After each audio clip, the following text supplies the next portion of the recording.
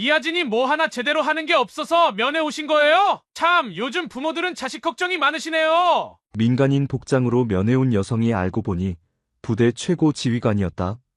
그 순간 위병소에서 무슨 일이? 오늘의 이야기 시작합니다. 그 전에 잠깐 구독과 좋아요 눌러주시면 복 받으실 거예요.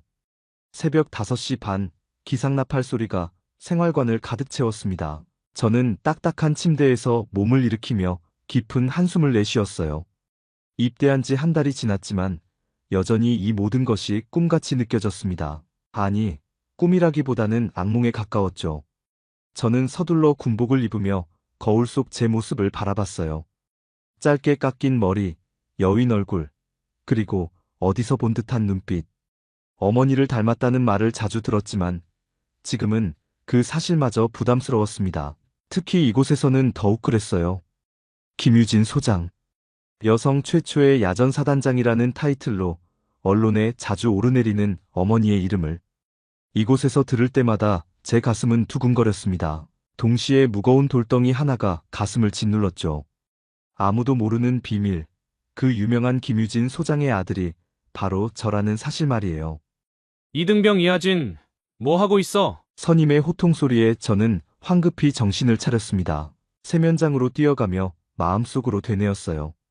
여기서는 그냥 이하진일 뿐이라고, 누구의 아들도 아닌 평범한 신병일 뿐이라고 말입니다. 하지만 현실은 그리 호락호락하지 않았어요.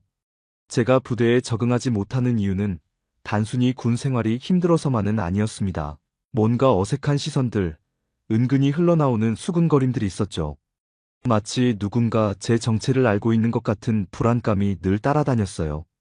특히 배성우 상병의 시선은 유독 날카로웠습니다. 다른 선임들과는 달리 성우는 저를 볼 때마다 뭔가 의미심장한 표정을 지었죠. 그 시선 속에는 호기심과 질투, 그리고 알 수 없는 적대감이 뒤섞여 있었어요. 너 혹시 어디 집 아들이야? 성우가 던진 질문에 저는 순간 몸이 굳었습니다. 평범한 질문 같았지만 그 속에 담긴 의도를 느낄 수 있었죠. 저는 애써 담담한 표정을 지으며 대답했어요. 그냥 평범한 집안입니다. 평범한 집안이라니, 요즘 평범한 집안 애들이 이런 데까지 와? 성우의 비웃음 섞인 말투에 저는 더욱 위축되었습니다. 하지만 어떤 말로도 해명할 수 없었죠. 진실을 말할 수도 없고 그렇다고 거짓말을 계속할 수도 없는 상황.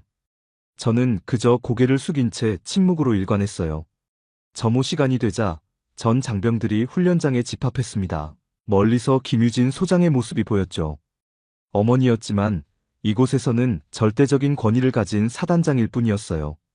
저는 어머니의 모습을 바라보며 복잡한 감정에 휩싸였습니다. 자랑스러우면서도 부담스럽고 그리워하면서도 멀게 느껴졌어요. 어머니는 단상에 올라 장병들을 향해 말했습니다. 여러분 모두 이 부대의 소중한 구성원입니다. 계급과 출신에 관계없이 모든 장병은 평등하게 대우받아야 합니다. 그 말을 들으며 저는 씁쓸한 미소를 지었어요. 평등이라니. 과연 제가 그런 평등을 누릴 수 있을까요?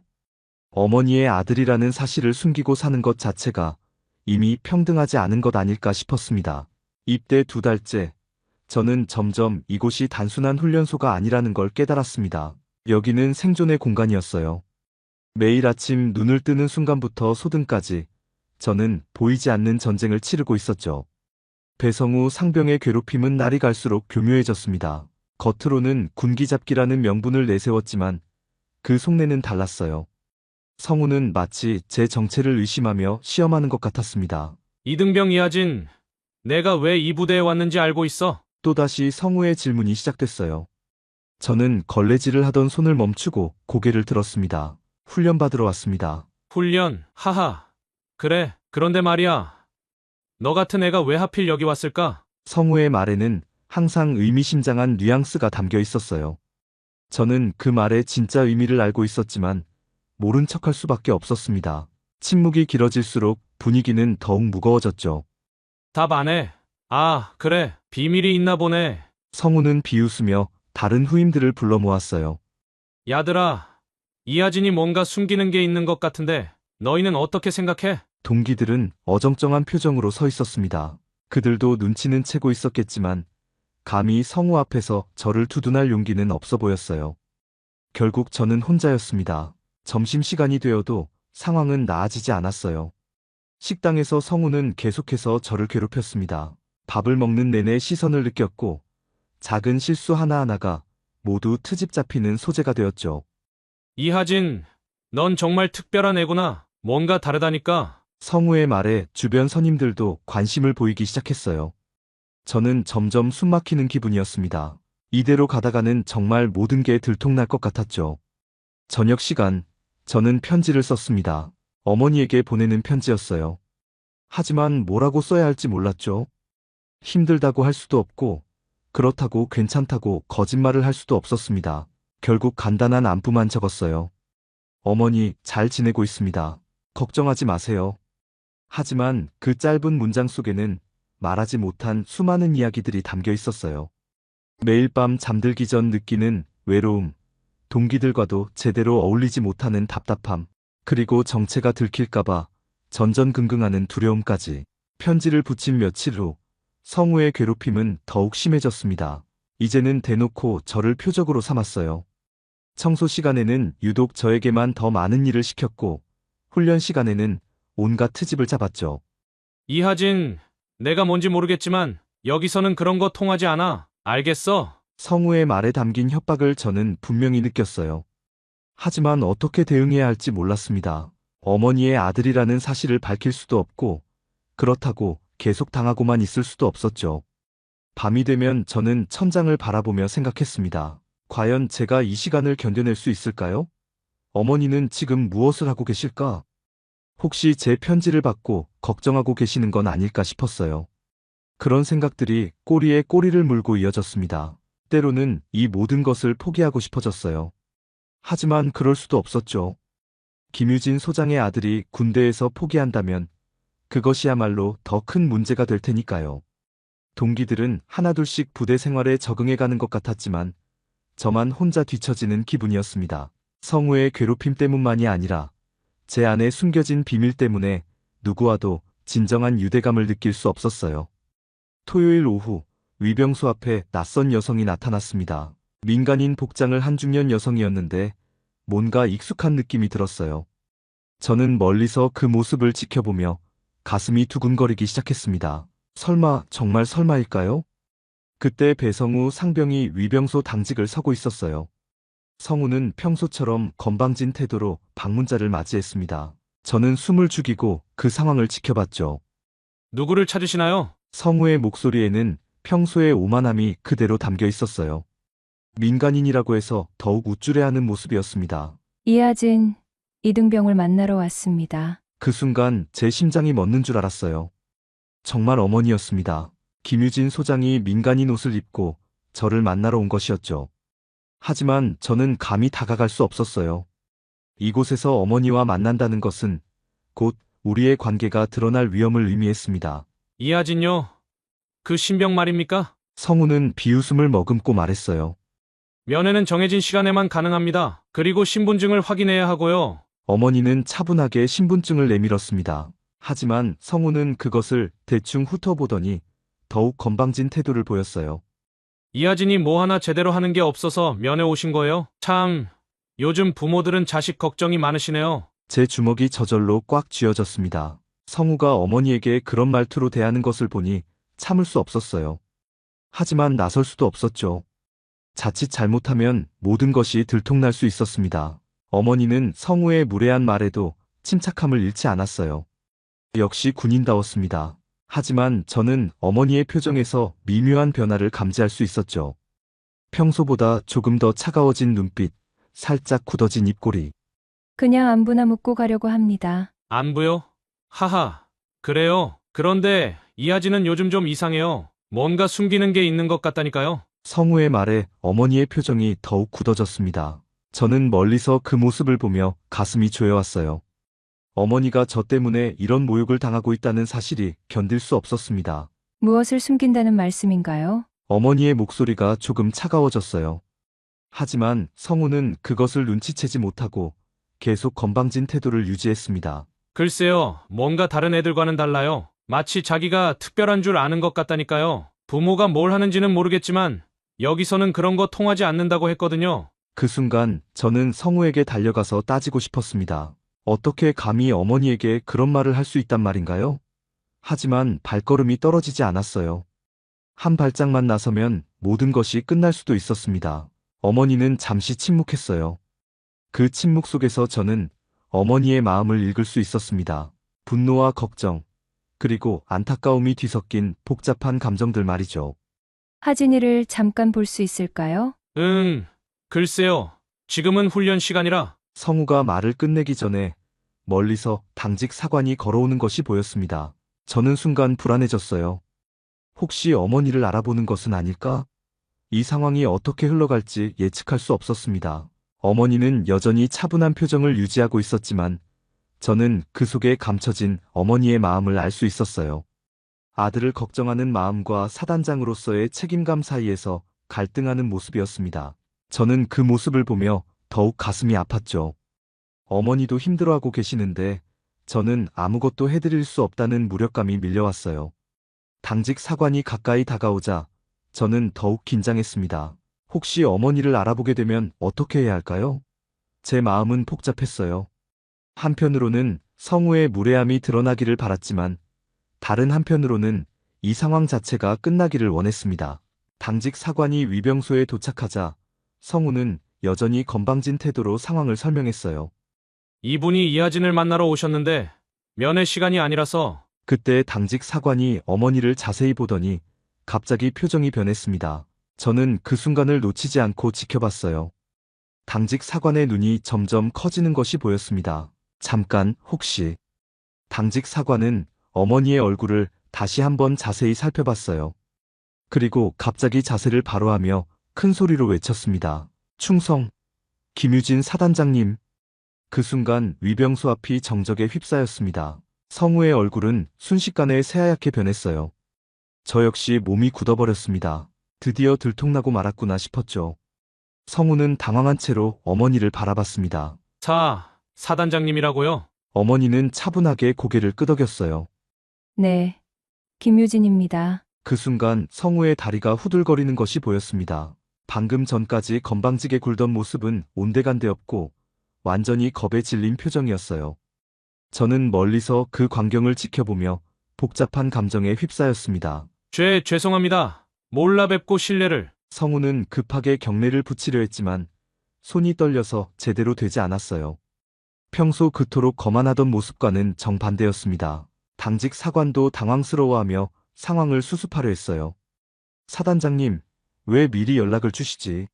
아들 면회를 왜 미리 연락해야 하나요? 어머니의 한마디에 모든 것이 드러났습니다. 저는 그 순간 온몸에 힘이 빠지는 것을 느꼈어요. 이제 정말 끝이구나 싶었습니다. 김유진 소장의 아들이라는 사실이 공식적으로 밝혀진 것이죠. 성우는 완전히 패닉 상태가 되었어요. 아들이라고요? 이하진이 사단장님의. 그렇습니다. 어머니의 담담한 대답에 성우는 더욱 당황했습니다. 저는 멀리서 그 모습을 보며 이상한 기분이 들었어요. 속 시원한 면도 있었지만 동시에 두려웠습니다. 이제 부대에서 제가 어떤 대우를 받게 될까요? 당직 사관이 급하게 말했어요. 사단장님, 정말 죄송합니다. 제대로 안내해드리지 못해서. 괜찮습니다. 다만 앞으로는 모든 면회객을 예의를 갖춰 대해주시기 바랍니다. 어머니의 말에는 따뜻함과 동시에 엄중함이 담겨 있었어요. 성우는 그 말을 들으며 더욱 작아졌습니다. 평소 저에게 했던 말들을 생각하면서 얼마나 후회하고 있을까요? 저는 이 모든 상황을 지켜보며 당혹스러웠습니다. 한편으로는 어머니가 저를 보호해 주신 것 같아 고마웠지만 다른 한편으로는 앞으로 부대 생활이 더욱 어려워질 것 같은 걱정이 들었어요. 이제 모든 사람들이 저를 사단장의 아들로 볼 테니까요. 어머니는 저를 찾는 듯한 시선으로 주위를 둘러봤습니다. 저는 숨어 있다가 조심스럽게 모습을 드러냈어요. 어머니와 눈이 마주치는 순간 말로 표현할 수 없는 복잡한 감정이 교차했습니다. 죄책감과 안도감, 그리고 두려움이 뒤섞인 채로 말이죠. 어머니와 제가 위병소 한쪽 모서리에서 마주 앉았을 때 침묵이 길게 흘렀습니다. 어머니는 민간인 옷을 입고 계셨지만 여전히 사단장의 위험이 느껴졌어요. 저는 어떤 말부터 해야 할지 몰라 손을 꼼지락거렸습니다. 힘들지? 어머니의 첫 마디는 예상외로 부드러웠어요. 하지만 저는 쉽게 대답할 수 없었습니다. 힘들다고 하면 어머니가 걱정하실 테고, 괜찮다고 하면 거짓말이 되니까요. 괜찮습니다. 결국 저는 무난한 대답을 택했어요. 어머니는 제 거짓말을 금세 알아채셨겠지만, 더 이상 묻지 않으셨습니다. 방금 전 상황을 봤어. 평소에도 그런 일이 있었나? 어머니의 목소리에 걱정이 묻어났어요. 저는 고개를 숙였습니다. 어떻게 대답해야 할까요? 성우의 괴롭힘을 털어놓으면 어머니가 개입하실 수도 있었어요. 하지만 그것은 제가 원하는 해결 방법이 아니었습니다. 가끔 있었습니다. 하지만 괜찮아요. 괜찮을 리가 없어. 어머니의 목소리가 조금 더 단호해졌어요. 네가 내 아들이라는 걸 모르고 저런 태도를 보였다는 건 다른 신병들에게도 그럴 수 있다는 뜻이야. 저는 어머니의 말씀이 맞다는 걸 알았어요. 하지만 동시에 복잡한 마음이 들었습니다. 이제 모든 게 달라질 테니까요. 어머니, 제가 부탁드릴 게 있습니다. 뭔가? 제가 어머니의 아들이라는 걸 다른 사람들에게 알리지 말아주세요. 어머니의 표정이 굳어졌어요. 무슨 소리야? 이미 당직 사관과 성우는 알게 됐지만 다른 사람들은 모르잖아요. 제발 비밀로 해주세요. 어머니는 잠시 저를 바라보셨습니다. 그 시선 속에는 이해할 수 없다는 표정이 담겨 있었어요. 하진아, 네가 내 아들이라는 게 부끄러운 일인가? 그런 게 아닙니다. 하지만 저는 말을 잇지 못했어요. 어떻게 설명해야 할까요? 어머니의 아들이라는 이유로 특별 대우를 받고 싶지 않다는 것을, 제 힘으로 이겨내고 싶다는 것을 어떻게 말씀드려야 할까요? 어머니는 깊은 한숨을 내쉬셨어요. 알겠어. 하지만 조건이 있어. 어떤 조건인가요? 내가 네 어머니라는 걸 절대 드러내지 마라. 여기서 만나더라도 모르는 척해. 그리고 힘든 일이 있어도 나에게 의지하려 하지 마. 어머니의 말씀은 예상보다 차가웠어요. 하지만 저는 그 속에 담긴 어머니의 고민을 이해할 수 있었습니다. 사단장으로서의 공정성과 어머니로서의 마음 사이에서 갈등하고 계셨던 거죠. 네, 알겠습니다. 정말로? 네. 저도 그렇게 하고 싶었습니다. 어머니는 제 대답을 듣고 복잡한 표정을 지으셨어요. 안도하면서도 서운해하는 것 같았습니다. 그럼 이제 가볼게. 앞으로는 함부로 편지 보내지 마. 사단장에게 개인적인 편지가 오면 다른 사람들이 의심할 수 있어. 네, 어머니. 어머니가 일어나려 하시자 저는 급하게 말했어요. 어머니, 성우한테는 어떻게? 그건 내가 알아서 할게. 하지만 네가 원하는 대로 특별한 조치는 취하지 않을 거야. 다만 앞으로는 함부로 굴지 못할 거야. 어머니가 떠나신 후 저는 혼자 남아 생각에 잠겼어요. 정말 이렇게 하는 게 맞을까요? 어머니와 거리를 두는 게 옳은 일일까요? 하지만 저는 제 힘으로 이 시간을 견뎌내고 싶었어요. 김유진 소장의 아들이 아닌 이하진으로서 말입니다. 며칠 후 성우의 태도는 확실히 달라졌습니다. 예전처럼 노골적으로 괴롭히지는 않았지만 여전히 불편한 시선을 보냈어요. 그리고 은근히 다른 후임들에게 제 정체를 흘리는 것 같았습니다. 저는 점점 더 고립되어 가는 기분이었어요. 어머니와 만난 지 한 달이 지났지만 상황은 나아지지 않았습니다. 오히려 더 복잡해졌어요. 성우는 예전처럼 대놓고 괴롭히지는 않았지만 더욱 교묘한 방법으로 저를 괴롭혔습니다. 그리고 제 정체에 대한 소문이 조금씩 퍼져나가고 있었어요. 야, 이하진. 너 정말 사단장 아들이야? 동기 중 하나가 조심스럽게 물어봤습니다. 저는 애써 모른 척했지만 이미 많은 사람들이 의심하고 있다는 걸 느낄 수 있었어요. 그런 소문이 있나요? 저는 잘 모르겠는데요. 아니야, 성우 상병이 그러는데. 결국 성우가 소문을 퍼뜨리고 있었습니다. 직접적으로 말하지는 않지만 은근히 흘리는 방식으로요. 저는 점점 부대에서 고립되어 가는 것을 느꼈어요. 어느 날 밤 소등 후에 성우가 제게 다가왔습니다. 다른 사람들은 모두 잠든 상황이었어요. 이하진, 나와봐. 저는 어쩔 수 없이 따라 나갔습니다. 성우는 저를 구석진 곳으로 데려가더니 말했어요. 너 때문에 내가 얼마나 곤란한지 알아? 무슨 말씀인지 모르는 척하지 마. 사단장 아들인 주제에 왜 숨기고 다녀? 처음부터 말했으면 이런 일 없었을 텐데. 성우의 목소리에는 분노가 가득했어요. 어머니에게 무례했던 것이 알려진 후 성우는 계속 불안해하고 있었나 봅니다. 저는 특별 대우를 원하지 않습니다. 특별 대우? 웃기지 마. 너 같은 애가 여기 와서 고생하는 척하니까 우리가 더 힘들어지는 거야. 그런 뜻이 아니었는데요. 닥쳐. 너 때문에 내가 얼마나 눈치 보이는지 알아? 혹시나 해서 함부로 대할 수도 없고, 그렇다고 좋게 대하자니 다른 애들 눈치도 보이고, 성우는 점점 흥분했어요. 저는 그 모습을 보며 답답했습니다. 제가 원했던 건 이런 게 아니었는데요. 앞으로는 조용히 해. 괜히 튀는 행동하지 말고 알아서 잘해. 그리고 내 정체 때문에 나한테 피해 오지 않게 해. 알겠습니다. 하지만 성우는 거기서 멈추지 않았어요. 사실 처음부터 너 수상했어. 뭔가 다른 애들과 달랐다니까. 역시 금수저였구나.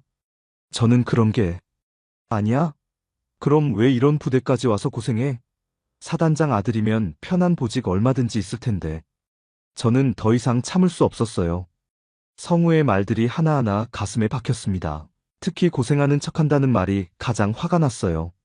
저도 다른 사람들과 똑같이 군 생활하고 싶었을 뿐입니다. 제 목소리가 커지자 성우는 더욱 화를 냈어요. 목소리 높이지 마. 네가 뭔데 나한테 대들어? 저는 대들지 않았습니다. 하지만 억울한 건 억울하다고 말할 권리는 있지 않나요? 권리? 너한테 무슨 권리가 있어?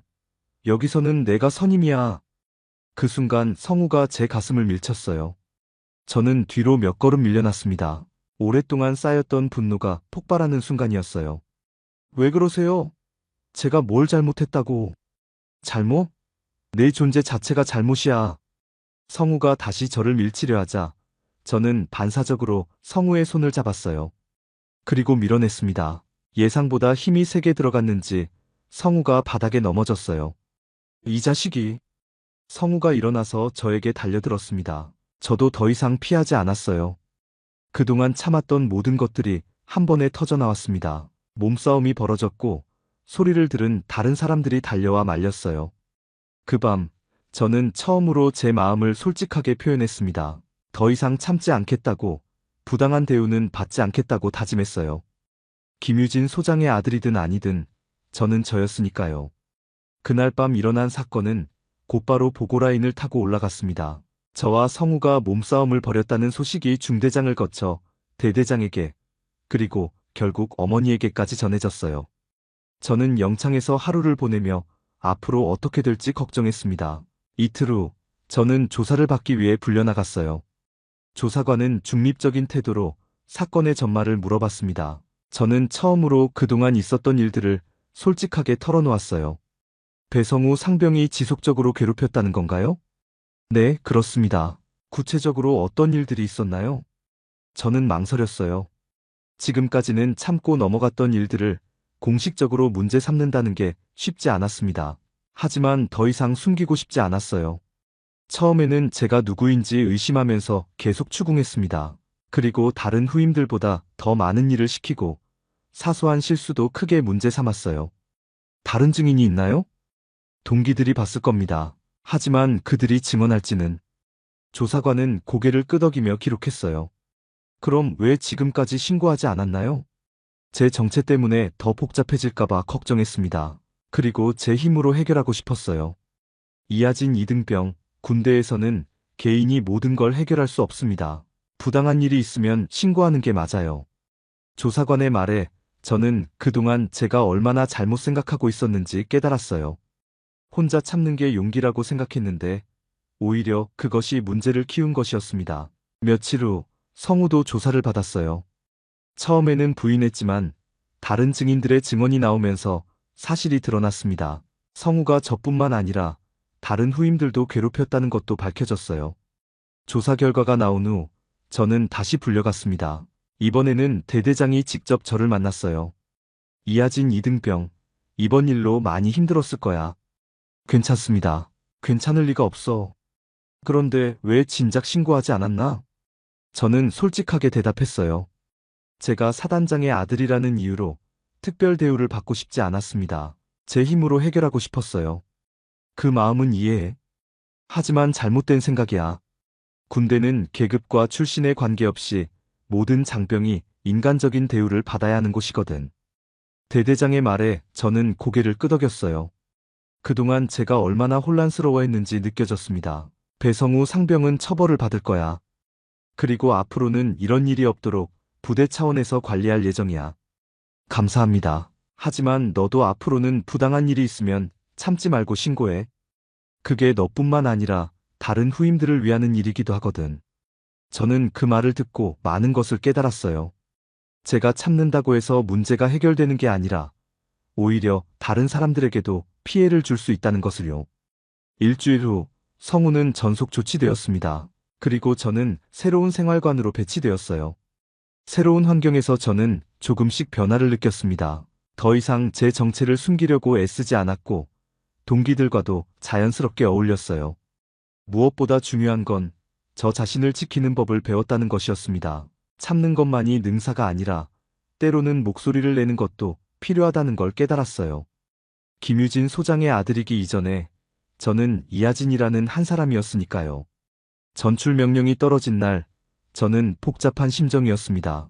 이 부대에서의 시간이 힘들었지만 동시에 많은 것을 배운 곳이기도 했어요. 무엇보다 저 자신을 찾아가는 과정이었습니다. 새로운 부대로 가기 전 마지막 날 저는 어머니를 만나게 되었어요. 공식적인 전출 인사였지만 저에게는 특별한 의미가 있었습니다. 어머니는 사단장실에서 저를 기다리고 계셨어요. 군복을 입은 어머니를 보니 처음 입대했을 때가 생각났습니다. 그때는 어머니가 멀게만 느껴졌는데 지금은 달랐어요. 이등병 이하진, 전출 인사드립니다. 저는 정식으로 경례를 했습니다. 어머니는 잠시 저를 바라보시더니 경례를 받으셨어요. 그동안 고생 많았어. 아닙니다. 배운 게 많았습니다. 정말? 어머니의 목소리에는 걱정과 안도감이 섞여 있었어요. 아마 제가 어떻게 변했는지 궁금하셨을 거예요. 네. 처음에는 힘들었지만 지금은 제가 누구인지 알 것 같습니다. 저는 정말로 그렇게 느꼈어요. 김유진 소장의 아들이라는 부담감에서 벗어나 이하진이라는 개인으로 서는 법을 배웠습니다. 이번 일로 많이 성장한 것 같구나. 성우 상병 일 말씀이신가요? 그것도 있지만 네가 스스로 문제를 해결하려고 노력한 것 말이야. 비록 처음에는 잘못된 방법이었지만 어머니의 말씀에 저는 고개를 끄덕였어요. 정말 많은 시행착오가 있었습니다. 어머니, 처음에 거리를 두자고 했던 것. 지금 생각해보니 잘못됐던 것 같아요. 왜? 저는 어머니의 아들이라는 걸 부정하려고 했어요. 하지만 그것도 제 일부인데 말이죠. 어머니는 미소를 지으셨어요. 그래, 네가 내 아들이라는 건 바뀔 수 없는 사실이야. 하지만 그것이 네가 누구인지를 정의하지는 않아. 네, 이제 알겠습니다. 저는 정말로 이해했어요. 김유진 소장의 아들이라는 것은 제 정체성의 일부일 뿐 전부가 아니라는 것을요. 새 부대에서는 어떻게 할 생각이야? 숨기지도 않고 내세우지도 않을 거예요. 그냥 자연스럽게 저 자신으로 살겠습니다. 좋은 생각이야. 어머니는 일어나서 제게 다가오셨어요. 그리고 경례를 받는 대신 제 어깨에 손을 올리셨습니다. 하진아, 이제 넌 내 아들이 아니라 진짜 군인이 되었구나. 어머니의 말씀에 저는 가슴이 뭉클했어요. 정말 오랜만에 듣는 따뜻한 말씀이었습니다. 어머니. 응? 제가 군인이 되긴 했지만 군인이기 전에 사람으로 살겠습니다. 계급과 권위에 숨지 않고 옳은 일과 그른 일을 구분할 줄 아는 사람으로요. 어머니의 눈에 눈물이 맺혔어요. 그래, 그게 가장 중요해. 저는 다시 한번 경례를 했습니다. 이번에는 아들로서가 아니라 한 명의 군인으로서였어요. 충성, 충성. 새 부대에서도 건강하게 잘해. 사단장실을 나서며 저는 깊은 숨을 들이마셨습니다. 이제 정말 새로운 시작이었어요. 김유진 소장의 아들도 배성우에게 괴롭힘당하는 이하진도 아닌 그냥 저 자신으로서의 시작 말입니다. 버스에 오르며 저는 지나온 시간들을 돌아봤어요. 힘들었지만 후회하지 않았습니다. 이 모든 경험이 저를 더 강하고 성숙한 사람으로 만들어 주었으니까요. 새 부대로 가는 길, 저는 창밖을 바라보며 생각했습니다. 앞으로도 어려운 일들이 있을 테지만 이제는 도망치지 않을 거예요. 제가 누구인지 알았으니까, 제 목소리를 낼 줄 아니까, 그리고 무엇보다 저 자신을 지킬 줄 아니까요. 군복을 입은 채로 새로운 출발을 하는 저는 이제 정말로 자유로웠습니다. 오늘도 귀한 시간 내어 끝까지 시청해주신 구독자 여러분 진심으로 감사드립니다. 오늘의 이야기가 마음을 울렸다면 구독과 좋아요, 댓글 부탁드립니다. 야, 여자가 군대에서 뭘 하냐? 휴가 나왔어. 여기서 영웅놀이라도 하려고? 자갈치 시장에서 건달 4명을 30초 만에 제압한 조용한 여성의 정체는 누구일까요? 오늘의 이야기 시작합니다. 그 전에 잠깐 구독과 좋아요 눌러주시면 복 받으실 거예요. 겨울 저녁 부산 자갈치 시장의 공기는 차갑고 매서웠습니다. 바다에서 불어오는 바람이 골목 사이로 파고들며 사람들의 옷깃을 세웠지만 시장 안쪽은 여전히 활기찼죠. 오징어와 고등어를 굽는 냄새가 골목마다 퍼져나가고 상인들의 호객 소리가 겨울밤을 따뜻하게 데웠습니다. 유지한 소령은 모처럼의 휴가를 마치고 부대로 돌아가는 길이었어요. 36세의 그녀는 육군 특전사 소속으로 평소보다 여유로운 걸음으로 시장 골목을 걸었습니다.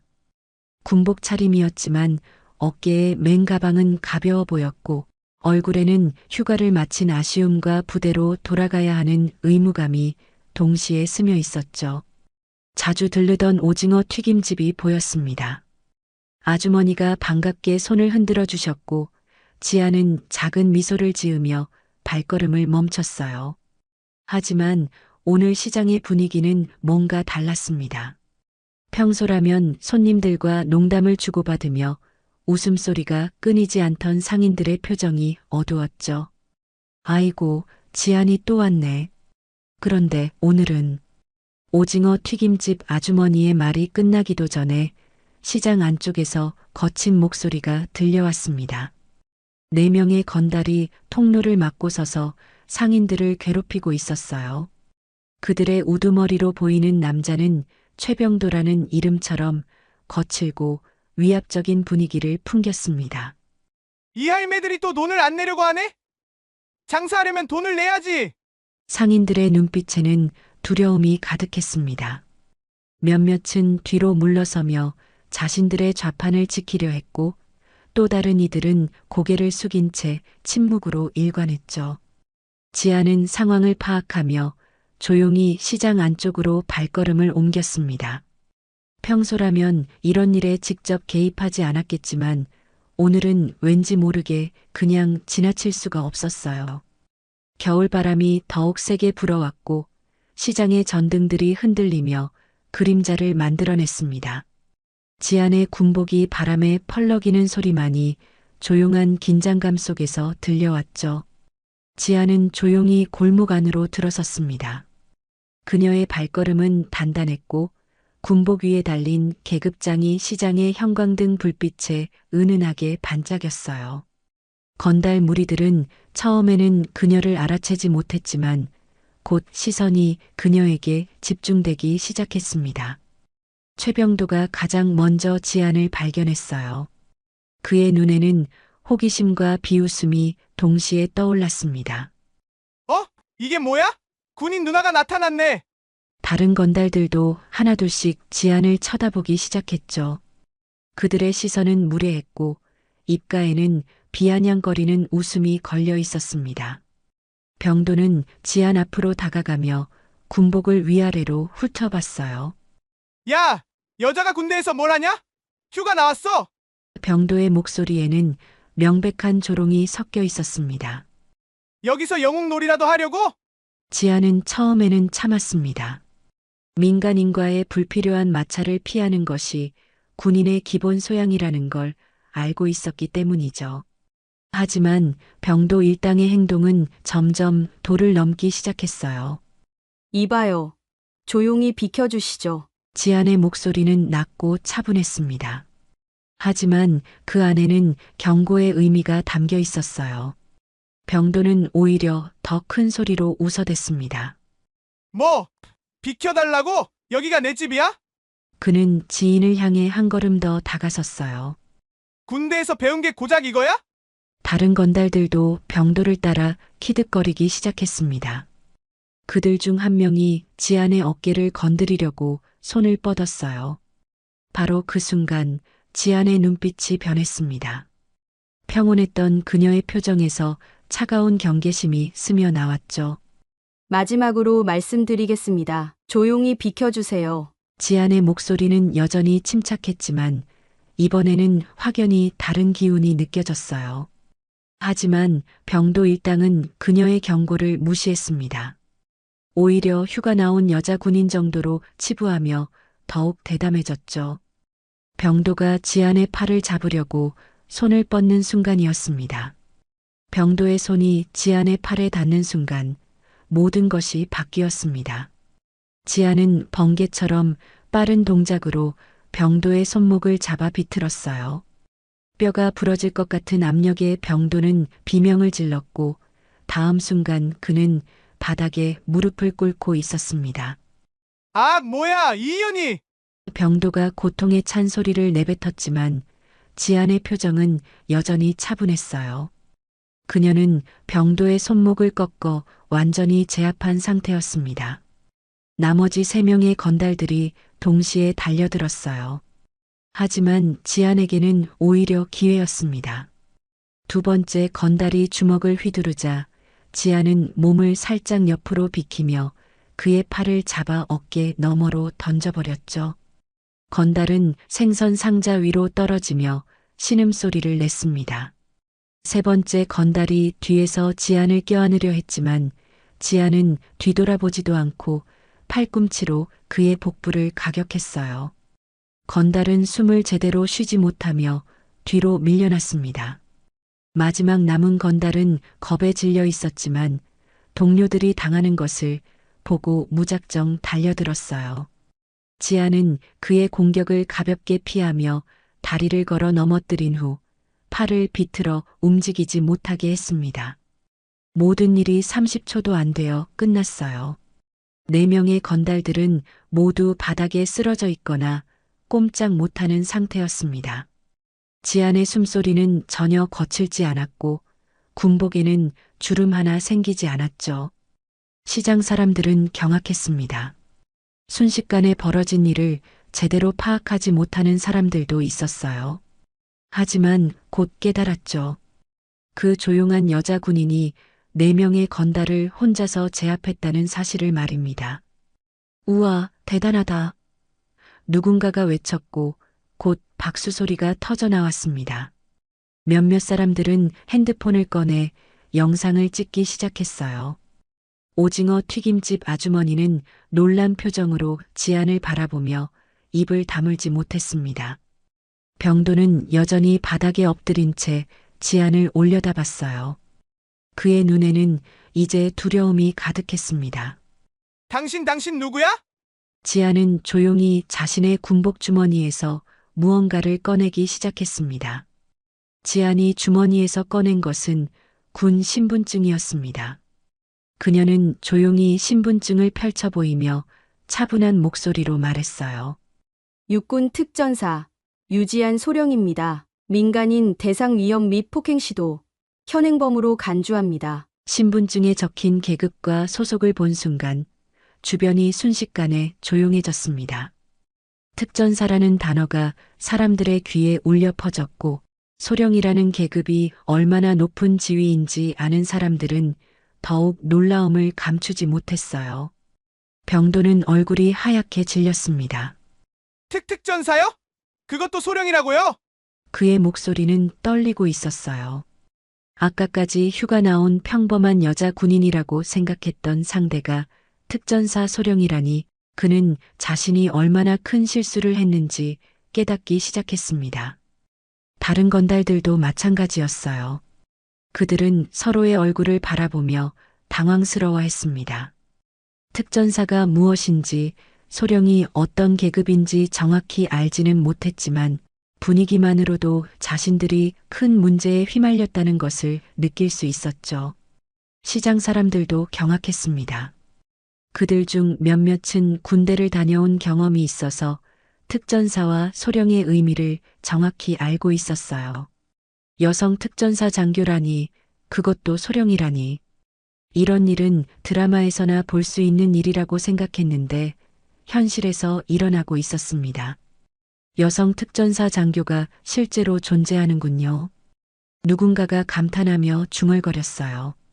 오징어 튀김집 아주머니는 지안의 군복을 다시 자세히 살펴봤습니다. 이제야 그녀의 어깨에 달린 계급장이 눈에 들어왔어요. 소령 계급장, 특전사 마크, 그리고 여러 개의 부대 마크들이 그녀의 경력을 말해주고 있었습니다. 멀리서 경찰 사이렌 소리가 들려오기 시작했어요. 누군가가 신고를 한 모양이었습니다. 지아는 신분증을 다시 주머니에 넣으며 건달들을 내려다봤어요. 경찰이 오고 있습니다. 조용히 기다리시죠. 지안의 목소리는 여전히 차분했지만 이번에는 누구도 그녀의 말을 무시하지 않았습니다. 병도 일당은 수치스러운 표정으로 고개를 숙였어요. 아까까지 위세를 부리던 모습은 온데간데 없었습니다.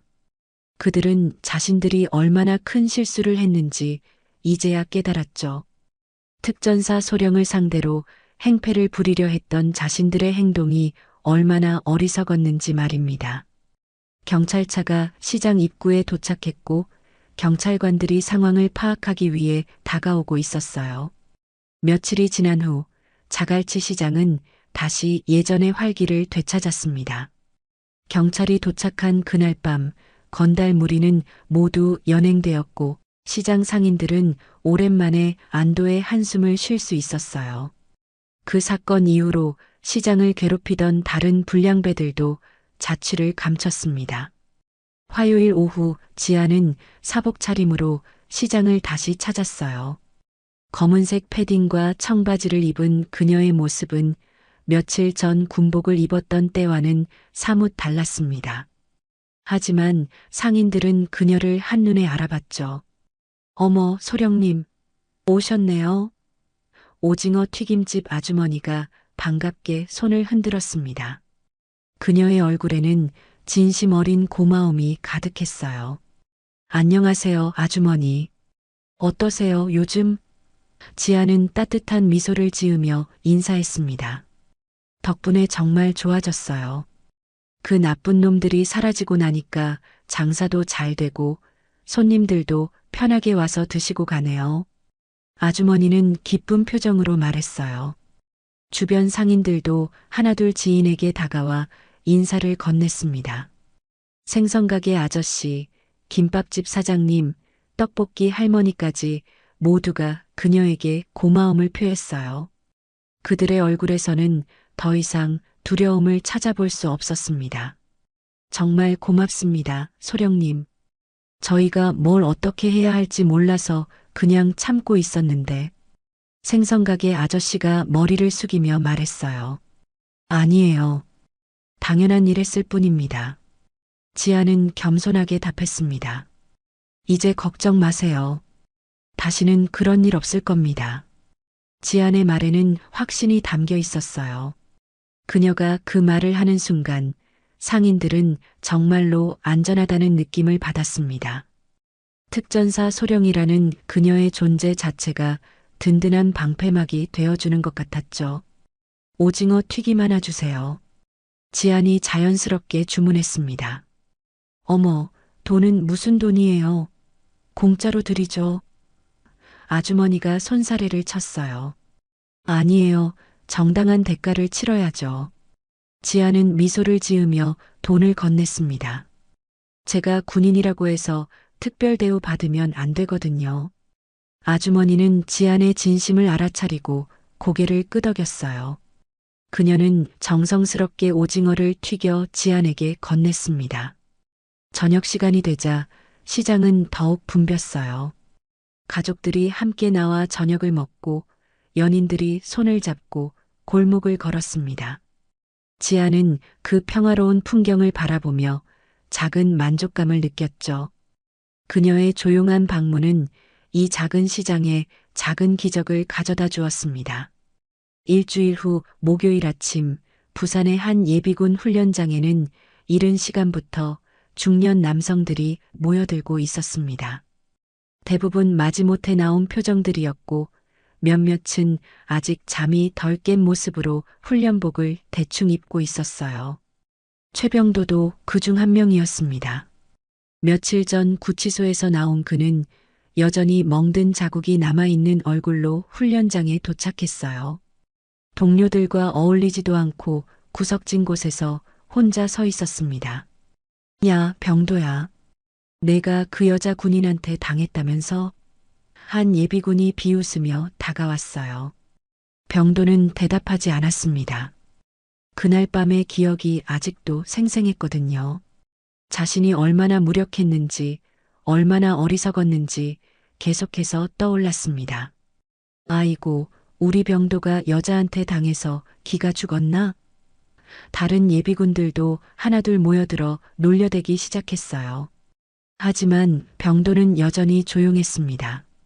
예전 같았으면 화를 내며 대들었겠지만 이제는 그럴 기운도 없었어요. 그는 성의 없이 훈련복을 입고 대충 줄을 서려고 했습니다.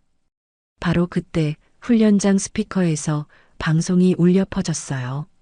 예비군 여러분, 오늘은 본부에서 소령급 장교가 시찰차 방문합니다. 모든 훈련은 정규 절차에 따라 진행되니 성실히 참여해 주시기 바랍니다. 예비군들 사이에서 웅성거림이 일어났습니다. 소령이라고? 높은 사람 온다네. 아, 귀찮게 뭘 또. 하지만 대부분은 별로 신경 쓰지 않는 눈치였어요. 10분 후 훈련장 입구로 군용 차량 한 대가 들어왔습니다. 예비군들은 대충 차렷 자세를 취했지만 여전히 관심 없는 표정들이었어요. 차량 문이 열리고 군복을 단정히 입은 여성 장교가 내렸습니다. 바로 유지한 소령이었어요. 병도의 얼굴이 순식간에 하얗게 변했습니다. 그는 자신의 눈을 의심했어요.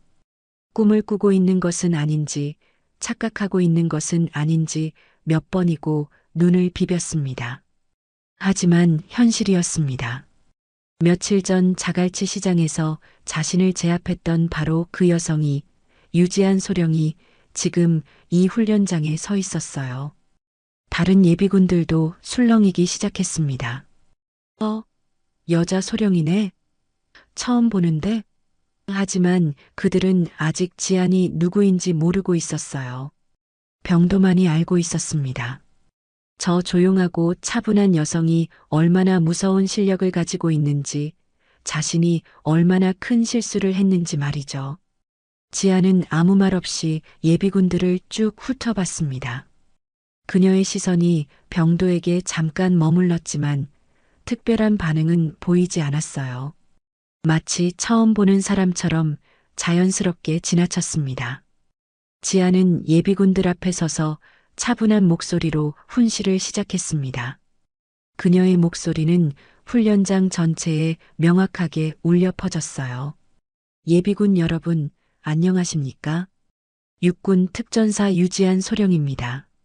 지안의 소개가 끝나자 예비군들 사이에서 작은 술렁임이 일어났어요. 특전사라는 단어가 주는 무게감을 모르는 사람은 없었거든요. 병도는 자리를 피하려고 했습니다. 다른 사람들 뒤로 숨어보려 했지만 이미 늦었어요. 지안의 시선이 자연스럽게 훈련장 전체를 훑고 있었고 그 과정에서 병도를 발견했을 것이 분명했습니다. 군인은 무기를 들기보다 먼저 정의와 용기를 들어야 합니다. 지안의 첫 번째 말이 훈련장에 울려 퍼졌어요. 힘은 약한 자를 보호하기 위해 존재하는 것이지 약한 자를 괴롭히기 위해 존재하는 것이 아닙니다. 병도의 가슴이 두근거리기 시작했어요. 지안의 말 한마디 한마디가 마치 자신을 향해 하는 말처럼 느껴졌습니다. 우리는 평상시에 평범한 시민으로 살아갑니다.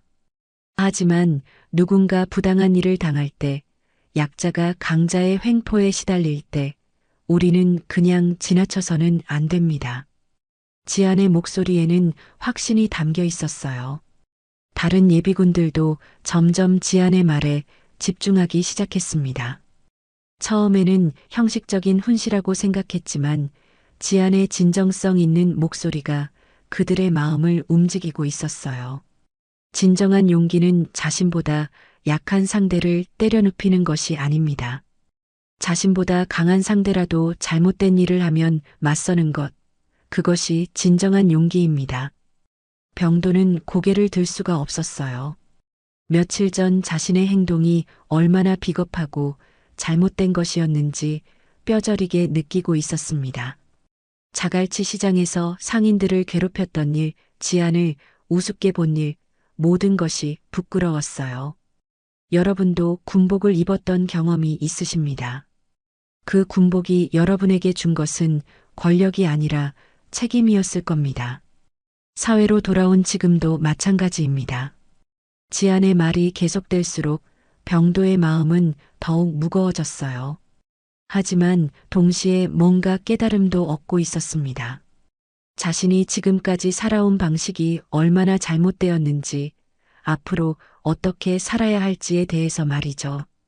힘이 있는 사람은 그 힘을 올바르게 써야 합니다. 그것이 군인이 지켜야 할 가장 기본적인 원칙입니다. 훈시가 끝나고 훈련이 시작되었어요. 병도는 그날 처음으로 성실하게 훈련에 참여했습니다. 평소라면 대충 넘어갔을 훈련들을 진지하게 임했고 다른 예비군들도 그의 변화를 눈치챌 수 있었어요. 한 달 후 지안은 자신의 모교인 육군사관학교를 방문했습니다. 오늘은 새로 입학한 여성 후보생들을 대상으로 특별 강연을 하는 날이었어요. 강의실에는 28명의 여성 후보생들이 반듯하게 앉아 있었습니다. 지안이 강의실 문을 열고 들어서자 후보생들은 일제히 일어나 경례를 했어요. 육군사관학교 제125기 여성 후보생 유지안 소령님께 경례. 편하게 하십시오. 지안은 따뜻한 미소를 지으며 답례했습니다. 후보생들 중 몇몇의 얼굴에서는 긴장감과 함께 존경의 빛이 엿보였어요. 강연이 시작되기 전 지안은 후보생들의 얼굴을 하나하나 살펴봤습니다. 그들의 눈에는 미래에 대한 꿈과 각오가 가득했어요. 그 중에서도 특히 눈에 띄는 후보생이 있었습니다. 맨 앞줄에 앉은 한 후보생이 지안을 유독 집중해서 바라보고 있었어요. 그 시선에는 단순한 존경을 넘어선 뭔가 특별한 감정이 담겨 있었습니다. 여러분, 오늘은 군인으로서 가져야 할 마음가짐에 대해 이야기하려고 합니다. 지안이 강연을 시작했어요. 여러분이 앞으로 받게 될 계급장과 별들은 권력의 상징이 아닙니다. 그것은 책임의 무게를 나타내는 것이죠. 후보생들은 지안의 말에 깊이 집중했습니다. 그녀의 경험에서 우러나온 진정성 있는 조언들이 그들의 마음에 와닿았어요. 진짜 강함은 남을 지킬 수 있는 마음에서 나옵니다. 지안의 목소리에는 확신이 담겨 있었어요. 여러분이 입고 있는 그 군복은 약자를 보호하고 정의를 실현하기 위한 것입니다. 강연이 끝난 후 질의응답 시간이 있었어요. 맨 앞줄의 후보생이 손을 들었습니다. 소령님, 저는 며칠 전 부산 자갈치 시장에서 소령님을 봤습니다. 후보생의 목소리는 떨리고 있었어요. 그때 소령님의 모습을 보고 군인이 되기로 결심했습니다. 지안은 깜짝 놀랐습니다. 그날 시장에 있던 사람 중에 이 후보생이 있었다는 사실이 신기했어요. 저도 언젠가 소령님처럼 되고 싶어요. 약한 사람들을 지킬 수 있는 강한 군인이 되고 싶습니다. 후보생의 눈에는 진심이 가득했어요. 지인은 그 후보생에게 다가가서 말했습니다. 진짜 강함은 남을 지킬 수 있는 마음에서 나옵니다. 절대 흔들리지 마세요. 여러분의 꿈을 이루어내시길 바랍니다. 강연이 모두 끝나고 지안은 사관학교 교정을 천천히 걸었어요. 석양이 지는 교정에서 후보생들이 열심히 훈련하는 모습이 보였습니다. 그들의 구령 소리와 발걸음 소리가 교정에 울려 퍼졌어요. 지안은 자신의 군복 어깨에 달린 별을 내려다봤습니다. 이 작은 별이 오늘도 누군가에게는 희망이 되고 누군가에게는 경고가 되고 있었어요. 그녀의 별은 오늘도 고요히 빛나고 있었습니다. 정의를 위해, 약자를 위해, 그리고 더 나은 내일을 위해서 말이죠. 오늘도 귀한 시간 내어 끝까지 시청해주신 구독자 여러분 진심으로 감사드립니다. 오늘의 이야기가 마음을 울렸다면 구독과 좋아요, 댓글 부탁드립니다.